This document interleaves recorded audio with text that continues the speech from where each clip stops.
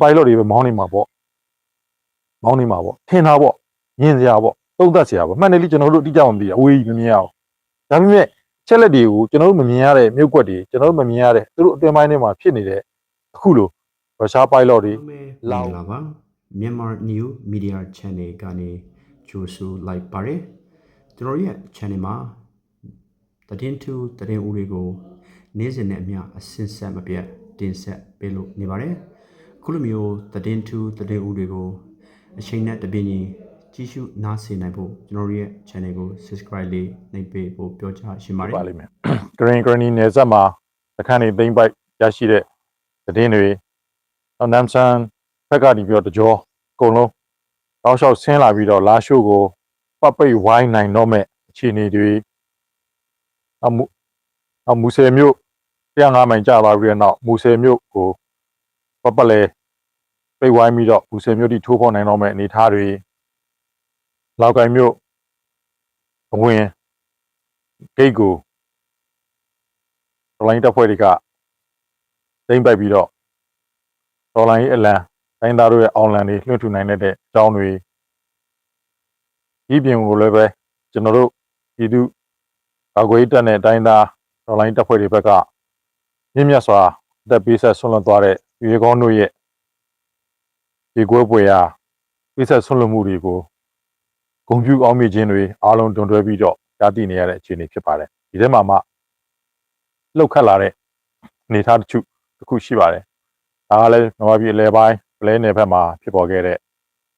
ဒေါ်လာတပ်ဖွဲ့ချင်းကြားထဲမှာဒီ chain of command ပြေဆုံးကုန်လုံးခိုင်ခန့်အောင်ဒီဆောက်နိုင်ဖို့ကြိုးစားနေစေကာလမှာကျွန်တော်လွန်ခဲ့တဲ့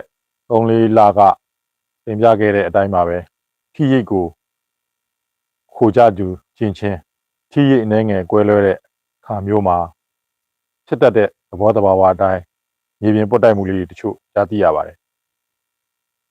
ကျွန်တော်တို့နိုင်ငံသားတွေအနေနဲ့သူတို့ဖြင့်တော်လိုင်းရေးဘက်သားတွေအနေနဲ့ကတော့ခုချိန်မှာအဓမ္မအကြမ်းဖက်ဖက်စစ်အာဏာရှင်စနစ်လုံးဝအမြင့်ပြုတ်ဖို့တိုက်ထုတ်နေရတဲ့ကာလတော်တဲ့မှာကိုရီချင်းပြီးကွဲလို့မရပါဘူးကိုရီချင်းပြိဖက်ကမဖြစ်ပွားအောင်တတ်နိုင်ဆုံးကြိုးစားကြဖို့လိုပါတယ်ပုံမှန်အနေနဲ့ကျွန်တော်တို့အားလုံးပြောရရင်ရွှေတကုံဖျားရဲ့အရှိဘက်မုတ်ကပဲတက်ရွှေတကုံဖျားရဲ့နောက်ကမုတ်ကပဲတက်ကျွန်တော်ကပမာပြောပြတာပါဘာသာရေးကိုဥတီတာမဟုတ်ပါဘူးခုလေရွှေတကုံဖျား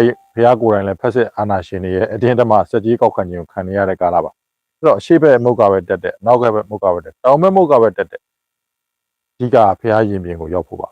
အဲ့တော့အခုလက်ရှိချင်းကြားထဲမှာအရှိဘက်မုတ်မှာတက်တဲ့လူနဲ့တောင်ဘက်မုတ်မှာတက်တဲ့လူကြားလှမ်းမြင်ပြီးတော့မင်းမြန်နဲ့ငါမြန်နဲ့ဆိုတဲ့ပုံစံနဲ့ချင်းပွားနေတဲ့သဘောလို့ကျွန်တော်ယူဆပါတယ်အဲ့တော့နှစ်ဖက်စလုံးဖြစ်ပေါ်နေတဲ့ဒီဘက်ကဖြစ်ပေါ်နေတဲ့နှစ်ဖက်စလုံးကိုမြစ်တာရက်ခံပါတယ်ယတိကြီးနဲ့သမိုင်းသင်ခန်းစာအပြည့်ယူပြီးတော့မန်ရောမာနရောအဲ့ဓာတွေကိုရှေ့တန်းမတင်ပဲ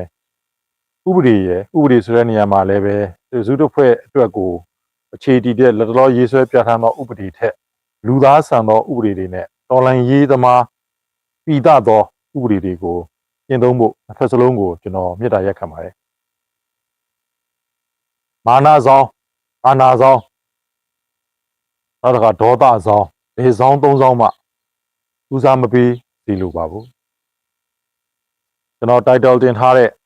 YouTube မှာတင်ထားတဲ့အတိုင်းကျွန်တော်အကြောင်းအရာလေးတွေကိုဆက်ဆက်ပြီးတင်ပြခြင်းပါတယ်အခုဒီမနေ့ပဲကျွန်တော်ကိုAir Force ဘက်က AD ပေးပို့လာတဲ့ AD ဆိုတာလည်းကျွန်တော်အားလုံး confidential ရှိတာမဟုတ်ပါဘူးပေးပို့လာတဲ့အချက်လက်တွေအများကြီးထဲမှာဖြစ်နိုင်စွမ်းတော့ရှိတယ်ပေးပို့လာတဲ့အချက်လက်တွေကိုဆက်ကောက်နှုတ်သုံးသပ်မယ်ဆိုရင်လက်ရှိဖြစ်ပေါ်နေတဲ့ဖက်စစ်မင်းအောင်လှိုင်ရဲ့နောက်ဆုံးဖျို့ဖျက်ခံစစ်အတွက်ကိုအကျုံးဝင်နိုင်ကောင်းရဲ့ဆိုတဲ့အချက်လက်ကိုပဲကျွန်တော်ကရွေးကောက်သုံးသပ်တင်ပြတာဖြစ်ပါတယ်အဲ့တော့လေတပ်ဖျဲသီးကဘာတွေပြောလာတဲ့ဆိုရင်အခုကျွန်တော်တို့ရဲ့တိုင်းသားဒေသဒေါ်လာရေးစခန်းတွေမျိုးပြတွေကိုအပြင်းထန်ဘုံကျဲနေတဲ့အထက်မှာရုရှားပိုင်းလော့တွေမောင်းပြီးတော့အရန်ပိုင်းလော့ဖြစ်အကူဖြစ်မြန်မာလေတပ်ကပိုင်းလော့ပါပါတယ်ဒီဘက်တစ်ချက်နော် ကျွန်တော်တို့အတွက်အများကြီးစဉ်းစားရမယ့်ကိစ္စဖြစ်ပါတယ်ကျွန်တော်တို့တွေကိုကျွန်တော်တို့နိုင်ငံသားတွေကိုရက်ဆက်ဆက်အမတန်ပြင်းထန်တဲ့ရက်ဆက်ဆက်ဒီနေ့ရဆိုရင်ကျွန်တော်ကိုရှမ်းမြောက်ဘက်က online တပ်ဖွဲ့တစ်ခုကနေပြီးတော့ကျွန်တော်ကိုပေးပို့လာတယ်သူတို့ရဲ့ကြီးလက်ဟိုပါပေါ့စီကန်းကိုပေါ့နော်စီကန်းကြီးကိုမြို့နယ်စီကန်းကြီးပေါ်ကိုလင်းဘုံကြလာဘုံကြီးကဒါလောက်အရှိရှိတယ်ဒါလောက်အရှိရှိတယ်ဒလက်တွေလည်းပိန်ရှုပ်နေကျွန်တော်ထင်တယ်ဒလက်နဲ့ကြလာတဲ့သဘောရှိတယ်ထိတ်ကထိတ်ဖူးကလုံးဝအကောင်းတိုင်းဖြစ်နေဆိုတော့ကြလာတဲ့အရှင်ကကျဲတာပုံမှန်လို့လားဘုံသီးရဲ့အထဲမှာတိဆောက်ခြင်းကပဲကျွန်တော်ကိုတချို့ဖျဲသီးတချို့ပေးပို့ထားတဲ့ပုံစံတိုင်းနော်ကျွန်တော်ကိုပေးပို့ထားတာရှိပါတယ်ဘာလဲဆိုတော့စနက်နဲ့ပစီထုတ်လုပ်တဲ့တက်တွေကကျွန်တော်တို့တွေကိုပေါင်900ဘုံတွေဒီလိုမျိုးheavy weight ပေါ့ဘုံကြီးတွေကိုအမြန်ဆန်ဆုံးနော်ဖိအားပေးပြီးတော့ထုတ်လုပ်ခိုင်းနေပါတယ်တဲ့ထုတ်လုပ်ခိုင်းနေတယ်ဆိုတော့သူတို့ကစိတ်မပါဘူးထွက်လို့ပြေးလို့လည်းမရဘူးမထုတ်လို့ရင်လည်းသူတို့ရေးယူထောင်ချခံမယ်ဆိုတော့ထုတ်လုပ်ပေးပါတယ်တဲ့ဒါပေမဲ့ဘာလုပ်လဲဆိုရင်အဲမှာစနက်တန်ဒီစနက်တန်တွေရှိတယ်ထိပ်ဖူးနဲ့ထိတဲ့အခါမှာရန်လှအားပေးပြီးတော့ကွဲထွက်မဲ့စနက်တန်ဤပညာမျိုးတွေမှာသူတို့ကမကွဲအောင်လုပ်ပေးလိုက်တယ်တဲ့မကျင်တတ်ဘူးလားလာစစ်လေကိုယ်တိုင်ခွဲကြည့်ပေါ့သူ့နားမှာတတ်မှုကိုယ်တိုင်ခွဲကြည့်ကွဲတယ်လို့ယုံကြည်တဲ့အလုံးမှာသူတို့ခွင့်ပြုပေါ့ဒါဆိုရင်သူတို့ pass ပေးပေါ့ဘလုံးကစစ်ဆေးလို့မရနိုင်အောင်တုံးတလုံးနဲ့တန်ဖိုးကသိန်းရာချီကုန်နိုင်တဲ့ဟာဒါသူတို့ကလည်းထုတ်လုပ်တဲ့ဤပညာရှင်အားလည်းပဲသူတို့လုပ်ပေးနိုင်တဲ့ဖျဲသီးအလုပ်ကဒါပဲရှိထုတ်ပေးမယ်โอเคမကွဲအောင်အဲမှာထည့်ပေးလိုက်တယ်ပင်နေရန်ဒီဟိုစနက်တန်နဲ့ထိတွေ့ရမယ့်အစိပ်ပိုင်းကိုနည်းနည်းဟပေးလိုက်မယ်တောင်းတန်ဂျုံးနဲ့ထိရတယ်ဘယ်လောက်ဝိတ်ဆိုမကွဲဘူးသူလည်းလူတယ်ထုတ်ဆိုလည်းထုတ်ပေးလိုက်တယ်သို့တော့ပြည်သူကိုထိခိုက်တဲ့ရောက်မှုမှာမရှိအောင်ဒီလုပ်ပေးလိုက်အဲ့လိုပုံစံတိုင်းအခုဆိုရင်ဘုံသီးတွေအမြောက်အများကျလာတယ်အကြီးတွေမကွဲဘူးဘာဖြစ်လဲကျွန်တော်တို့ဖက်စစ်တပ်ထဲမှာအားလုံးကလူဆိုးကြီးပဲမဟုတ်ဘူးဆိုတဲ့ပြရုပ်ဖြစ်တယ်နော်ဒါတစ်ချက်ပါထားလိုက်တော့အခုအဲ့ဘုံသီးတွေကျလာတယ်ရက်ဆက်ဘုံကျဲလာတယ်ကျဲခိုင်းတာမင်းအောင်လိုင်ကမောင်းနှင်တဲ့ဖိုက်တာဂျက်ပိုင်လော့ကရုရှားနိုင်ငံသားပိုင်လော့ထုတ်လုပ်ပေးတဲ့ကျွန်တော်တို့မြန်မာပြည်တွင်းဘုံသီးဆိုရင်မကွဲဖို့ကများတယ်ရုရှားကဝယ်ရမယ်ဆိုရင်ငွေကြီးအရမ်းများတော့မင်းအောင်လိုင်ကအကုန်မတက်နိုင်ဘူးတော်တော်မဖြစ်မနေအရေးကြီးသုံးရမယ်ဆိုတဲ့ဟာမျိုးဆိုတော့ရုရှားကလာတဲ့ဘုံသီးနဲ့ရုရှားလူမျိုးပိုင်လော့နိုင်ငံသားစစ်ကူနဲ့ကိုမြန်မာပြည်ထဲကနိုင်ငံသားတွေကိုရဲဆက်ဘုံကျဲခိုင်းပါလိမ့်ဒီထက်ပိုပြီးတော့ကျွန်တော်တို့ကဝမ်းနဲ့ပို့လဲကောင်းလို့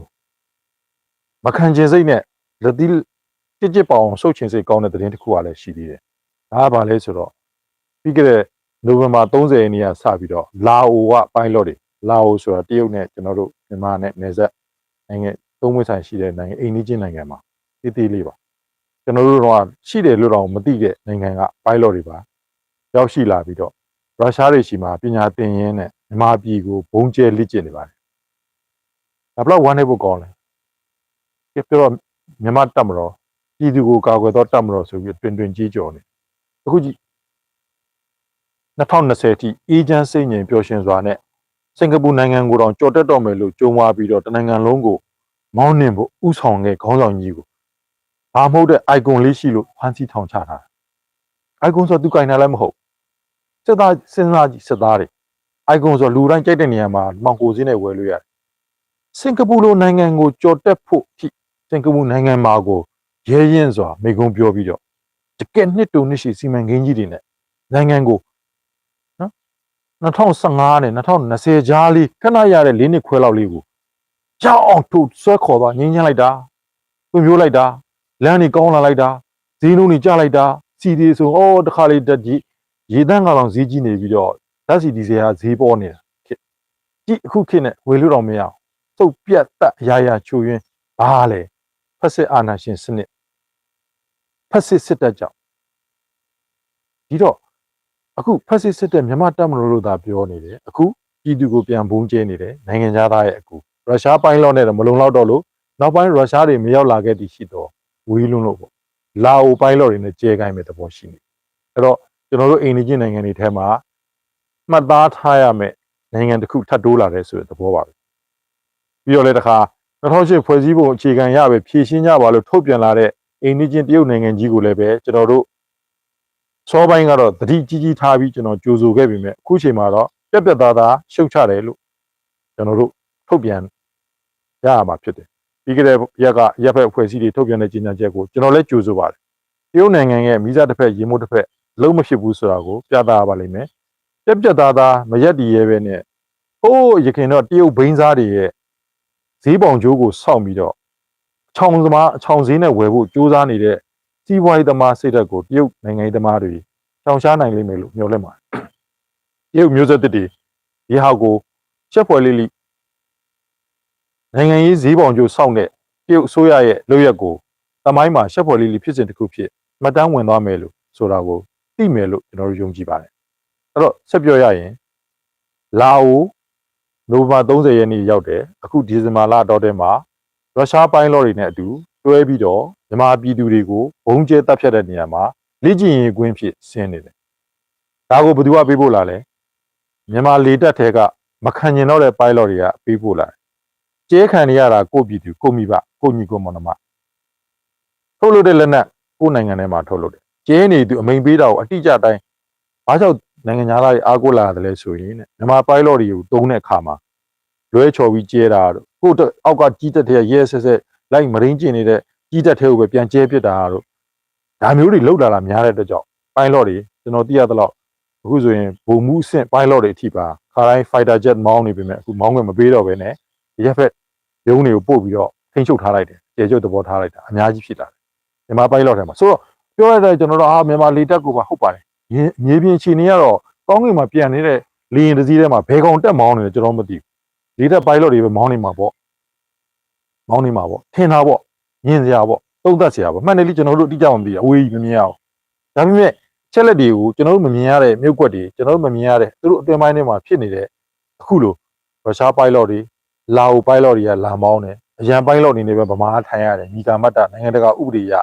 နိုင်ငံသားတွေကိုဖောက်မောင်းနိုင်တယ်ဆိုတဲ့နိုင်ငံသားစစ်ကူယူတယ်ဆိုတဲ့ဟာကိုမဖြစ်အောင်လို့သူကနော်โอเคအဲ့တော့ကျွန်တော်တို့ထပ်ပြီးတော့ပြောပြရရင်အခုပြည်တွင်းမှာချင်းပြဋိပက္ခဖြစ်ဖို့တာဆူနေတဲ့အဖွဲ့တွေကိုနိုင်ငံသားတွေစစ်ကူနဲ့ပြည်သူကိုရန်မူနေတဲ့ဖက်စစ်တပ်ကြီးကိုအတူတူတိုက်ကြသူချင်းသွေးမကွဲကြပါနဲ့မြင့်မြတ်တဲ့စိတ်ထားအဝေးကိုမျောမြင်တဲ့စီရေးအမြင်နောက်လူသားဆန်တဲ့နှလုံးသားတွေနဲ့ငင်းချမ်းစွာဖြည့်ရှင်းနိုင်ဖို့ကြိုးစားသွားပါငင်းချမ်းစွာဖြည့်ရှင်းနိုင်တဲ့ကိုချင်းကြားထဲမှာပေါင်းဆက်စူးစီးဆောင်ရွက်နိုင်တဲ့စွမ်းရည်မရှိတဲ့စစ်ခေါင်းဆောင်တော်လှန်ရေးခေါင်းဆောင်ဟာအေးကြတယ်ချိန်တိုကာလတစ်ခုတော်တင်မှာပြည်သူရဲ့ထောက်ခံမှုကနေရော့ကျရှုံးနိမ့်ဖယ်ရှားခံရမှာဖြစ်ပါတယ်ကိုချင်းကြားထဲမှာဒါပေမဲ့ပေါ့လေဘလို့မှလက်ခံနိုင်စွမ်းမရှိတော့တဲ့ဘောင်ကျော်ခြင်းစစ်လက်နက်ကန်တပ်ဖွဲ့ချင်းကြားထဲမှာစောင့်စည်းရမယ်ထိန်းသိမ်းရမယ်လိုက်နာရမယ်အလိုအလျောက်တည်တက်ရမယ်ကျင့်ဝတ်တွေကိုလက်လူရှုခြင်းပြုမှုတတ်တယ်ဆိုရင်တော့လက်ရှိတော်လိုင်းကာလတော်လိုင်းအဝင်ဝိုင်းတော်လိုင်းယဉ်ကျေးမှုရအင်အားများသောအမှန်တရားကိုအခြေပြုသောပြည်သူကိုထောက်ခံမှုယုံကြည်မှုကိုရသောအစုဖွဲ့ကပြည်သူထောက်ခံမှုကိုမရသောအင်အားကိုရထီးနဲ့စုဖွဲ့ထားသောမျောမြင်ရင့်ကျက်မှုမရှိသောလောဘဇောအာနာဇောထက်သောအစုဖွဲ့အပေါ်ကိုလွှမ်းမိုးထိမ့်ချုပ်အုပ်စီးပေါင်းစပ်နိုင်အောင်ကြိုးစားသွားလိမ့်မယ်လို့ကျွန်တော်ယူဆပါတယ်။ဒါကြောင့်မလို့စီကောင်းဆောင်လုပ်နေသောသူတွေအားလုံးကိုလေးနဲ့ပန်ကြားကြပါတယ်။ရင့်ကျက်ပါဒေါ်လာရင်းအချက်ချင်းကြားတဲ့ဖွဲ့ချင်းကြားထဲမှာယဉ်ကျေးပါနောက်ဆုံးကတော့ဒေါ်လာရင်းပေါ်မှာယူသားပါလို့ကျွန်တော်အကြံပြုချင်ပါတယ်။နိုင်ငံသားစစ်ကူနဲ့ပြည်သူကိုမင်းမှုနေတဲ့ဖက်စစ်ကိုအတူတူတိုက်ကြပါ